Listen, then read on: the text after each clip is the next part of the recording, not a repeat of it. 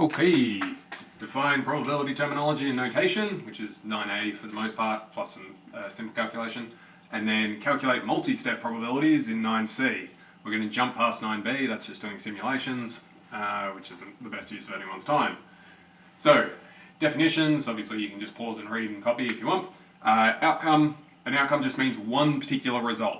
So in my green here, I'm imagining just rolling a single six-sided die. So one particular result would be a 3. Right? I could have just as easily picked 5 instead, or any of the other numbers. An outcome is one particular result, one particular final outcome. Cool, an event is a set of outcomes.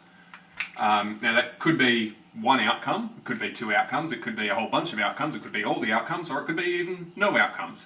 So when I say a set of outcomes, it's got every possible combination. Okay, so an example, typically for events, you give them a capital letter. So very imaginatively, I've gone with A and B. So A is the event of rolling either a 2 or a 5, because you can't simultaneously roll a 2 and a 5. So it's either a 2 or a 5. Event B, I'm defining as an even number. So in other words, 2s, 4s, or 6s. Or a single 2, a single 4, or a single 6. Cool, so you could just as easily describe event B as even, and that would be fine. But if we're doing proper set notation, it would be open, 2, 4, 6, close. Keep in mind these are curly brackets because they're a list of values. We don't want, for this 2 to 5, we don't want 2 and then everything in between 2 and 5. We want just 2 and 5. Cool. Next guy, these can look like a capital U, or they can look like a curly E. Either way, they're the universal set. So this covers all possibilities. So since we're rolling a 6-sided die, that's 1 through to 1, 2, 3, 4, 5, 6. 1 through to 6. Cool. This 0 with a cross through it is the null or the empty set, and I can't come up with a better definition than the name it's already got. It's an empty set. There's nothing in it. It looks like an apostrophe after, or it looks like a prime. That's the complement. Complement spelt with an E, complement spelt with an I means that you're giving someone a compliment, telling them that they have pretty eyes or whatever. Complement with an E means basically the reverse, or the thing that completes it. So easiest way to think of it is just to think of it as the word not. So A not is just whatever A is not. So A was 2 and 5, so A not is everything except 2 and 5, 1, 3, 5 and 6.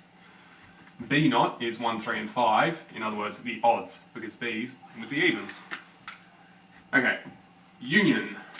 So just looks like a U.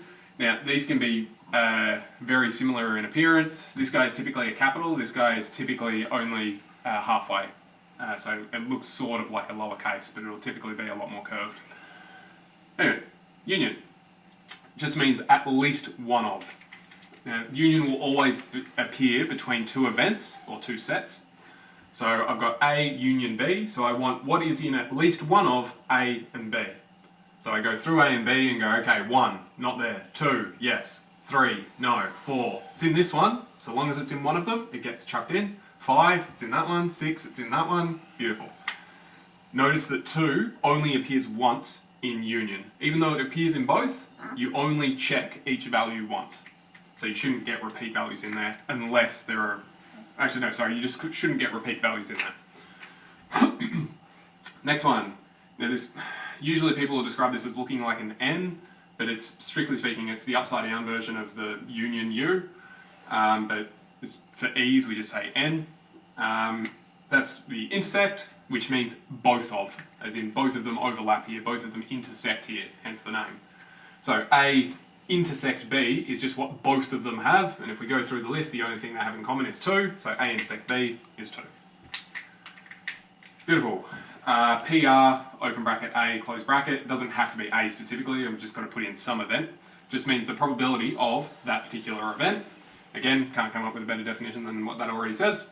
So the probability of A, well, A had 2 and 5, each of those were equally likely, so we've got 2 out of all 6 possible outcomes, all of them are equally likely, and we should always simplify the fraction down to 1/3.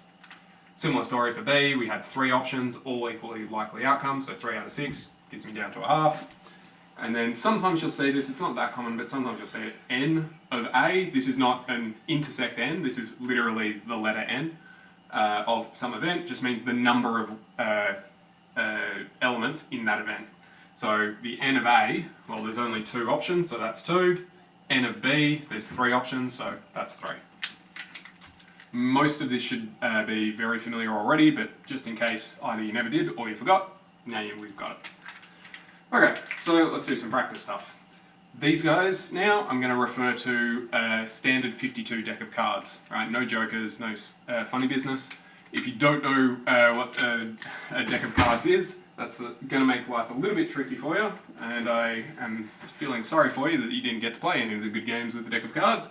But basically, you've got 4 suits, hearts, diamonds, clubs, spades, and you've got from ace is typically considered the 1, and then you've got 2, 3, 4, 5, 6, 7, 8, 9, 10, and then jack, queen, king. There's going to be pictures all over the internet, so if you just go 52 deck of cards, it'll come up. Okay, so I want the probability of, I shuffle these around so they're all in a random order, I want the probability that I'll get a king. Alright, well, whenever you do a probability, it's just, if it's all equally likely outcomes, which in our case, we've just got 52 cards, none's better than the other in terms of probability-wise, so it's just all equally likely. So we've got 52 possible outcomes. How many kings are there? Well, there's 1 of everything for each suit.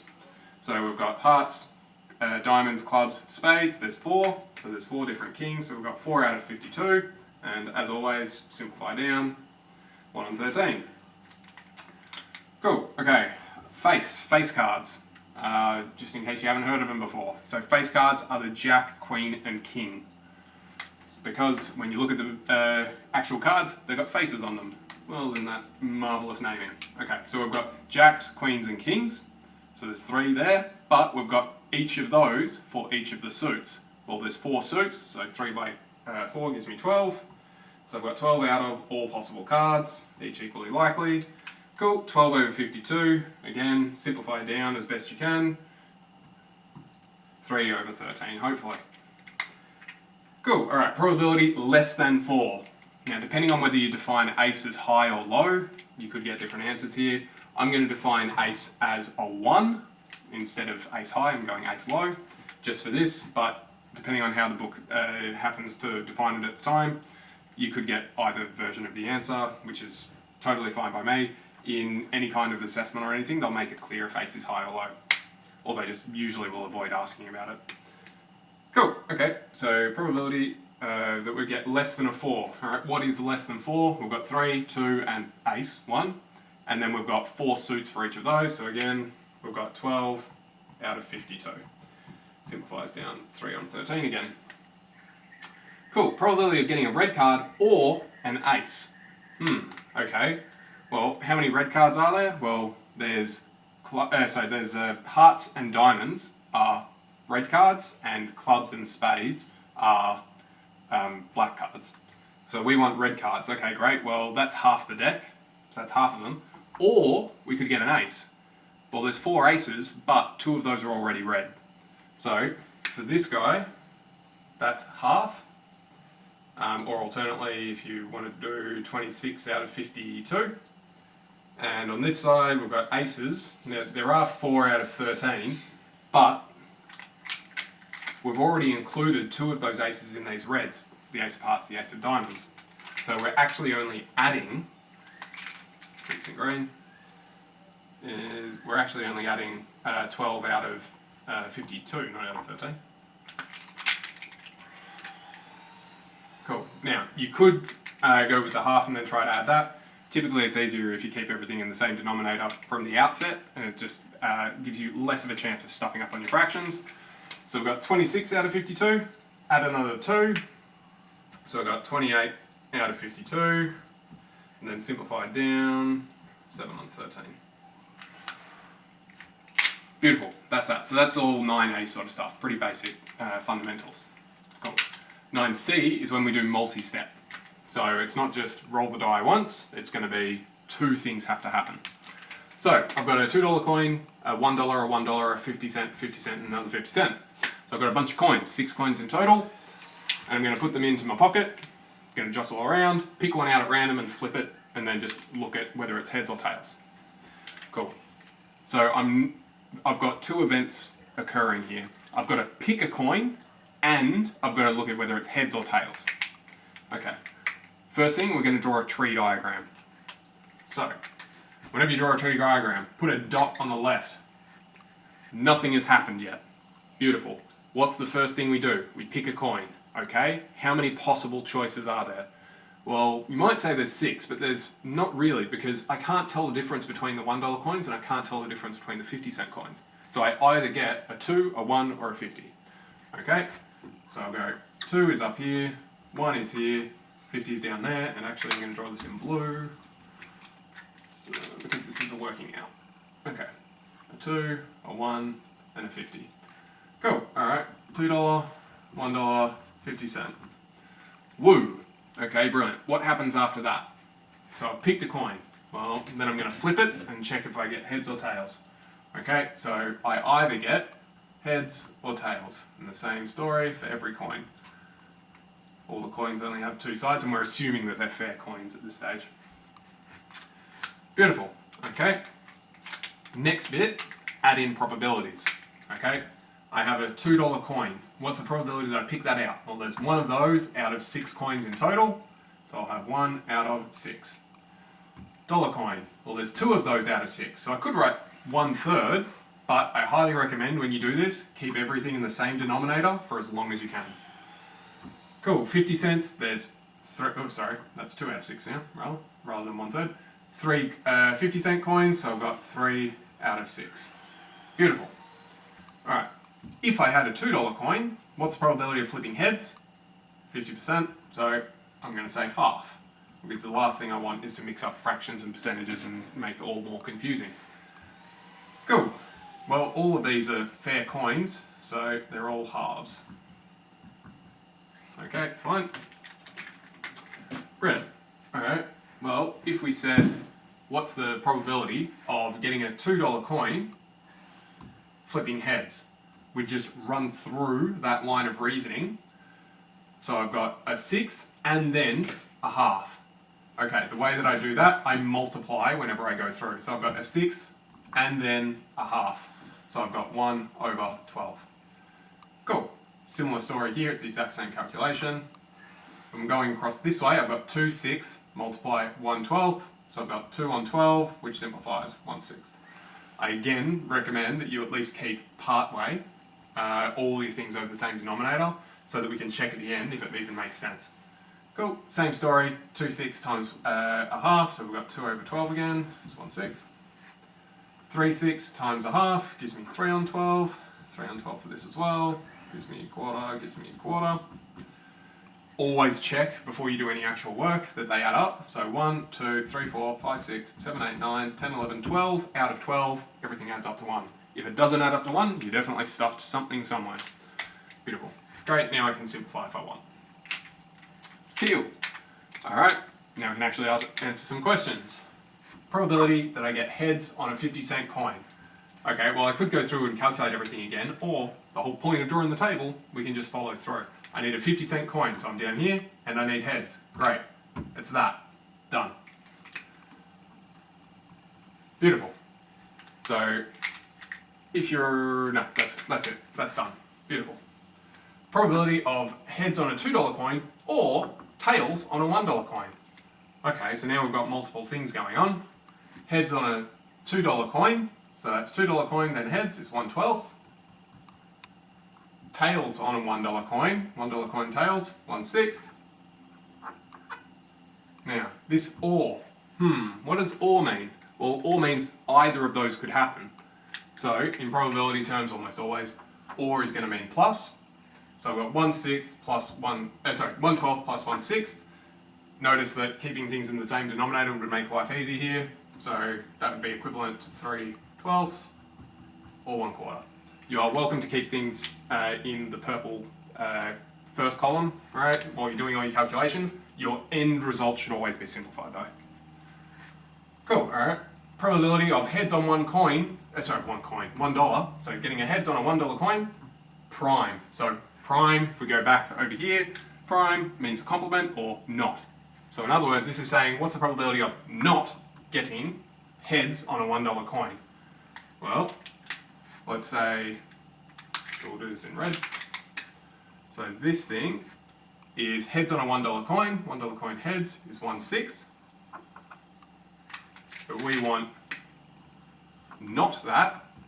So not 1/6 means anything other than that, which means everything else, which is 5 out of 6. Because if it's not that, it has to be one of the other options. Alternately, you can run down the list and say, okay, heads on a $2 coin is okay, tails on a $2 coin is okay, not this one, yes this one, yes this one, this one, and then add them all up. Takes a lot longer. So instead, you just go, oh, that's 1 minus whatever that probability is. Probability of tails. Okay, well, I've got multiple options here. So we'll go orange. So probability of tails, that's not a tails, that is, that's not, that is, that's not, that is. Cool. So hopefully we get half. Well, we will eventually, but anyway. 12th plus 2/12 plus, where was my other one? Here, 3/12 equals 6 on 12 equals a half. Now, does that seem reasonable? Well, yeah, because no matter which coin we pick, we're going to flip it, and there's going to be a 50% chance of getting heads or tails. So it makes sense that the probability of getting tails, we don't care what coin we pick in the first place, so it's all 50% or a half. Beautiful. So that's that. Next bit. 2d6. What this means. Forget the 2 for a second. d6 means a die with 6 sides. So if I had d4, it means a die with 4 sides. d10, a die with 10 sides. If you're not getting it by now, I don't think I can really help you.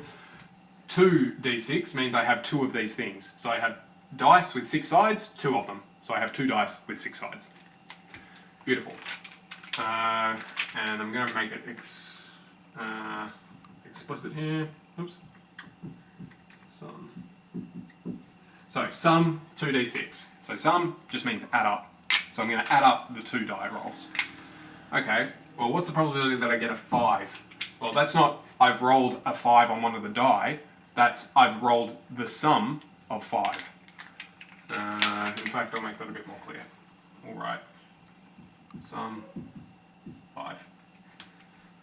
Maybe even sum equals 5, just to make it super duper clear. So sum equals 5. And we'll do sum equals this as well, just to make it 100% clear.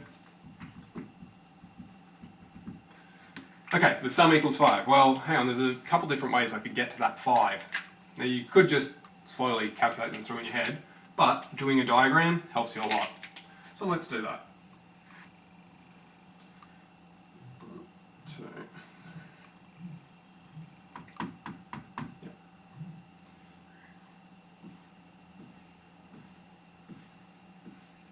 There we go. Okay, so what have I drawn? I've drawn a 2-way table.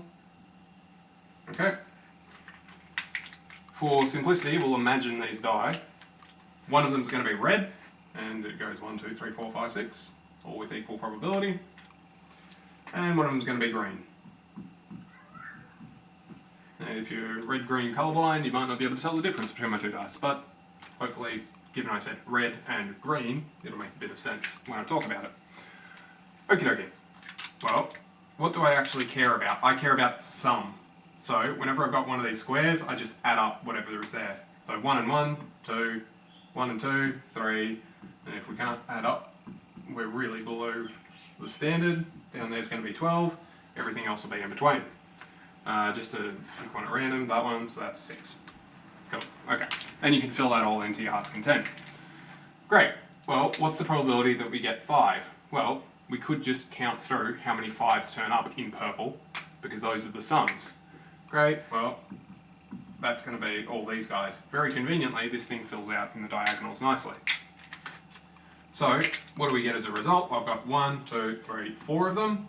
It's not 4 out of 12 because, although I can add up to 12, there's actually 6 by 6 options for this thing to spit out. So, I end up with 1, 2, 3, 4 out of 36. Which I can simplify down, 1 out of 9. Beautiful. Cool. Okay. Probability that the sum is a prime number. Alright, well, maybe now we want to fill things in so that we can actually see what's going on. Okay, 7, 7, 7, 7. All right, we need prime numbers. Okay, now just to be clear, 1 is not a prime number. It's a special case. So it's not considered prime, which is unfortunate for everyone that thinks it is, but it's not. So, which one's a prime? Okay, is 2 prime? Yes, it's the only even prime because it divides by 2 and itself and nothing else. 3's a prime, 4's are not, they divide by 2. 5's, 6's divide by 2, 7's,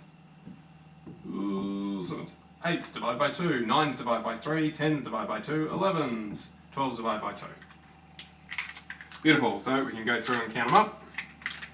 1, 2, 3, 4, 5, 6, 7, 8, 9, 10, 11, 12, 13, 14, 15, I think. And there's every chance that I stuffed that up, but hopefully you guys can count at home and you'll tell me if I stuffed it, I'm sure. Both divide by 3, 5/12. Beautiful. Probability that one of the dice has a 3 on it. Cool. Well, alright, does that just mean it's this column here? Well, no, because it could be this, or it could be that. Well, does that mean that I've got this 6 and this 6? Well, no, because I've double counted this result. So, I go through, I've got 6 here, and then a new 5, 1, 2, 3, 4, 5, I can't double count this. So, I've got 11 out of 36, does not simplify. Beautiful. Last one, at least 1 5, not. And this is where you can get into a little bit of logic trouble, so you have to think it through. Okay, if I have at least 1 5, okay, that means I have either 1 or 2 5s, and I don't want that. So I don't want 1 or 2 5s. The only other option is I have no 5s. Okay, well, I could try and count through all the ways that I don't have 5s turning up, but that seems a pretty big number, so instead it's usually easier to go, I want 1 minus that, so I want 1 minus the number of ways I can have at least 1 5, which would be similar to this guy. I've got 6 here and another 5 across, so I've got 11 out of 36, but I don't want that, so 1 minus that gives me whatever that is, 25. Yep. So I've got 25 out of 36, no common factor. Beautiful. So that's that. Most of this hopefully is old stuff that you've done last year and even a fair bit of it the year before in 9. If you've got any troubles, do email. Other than that, cheerio.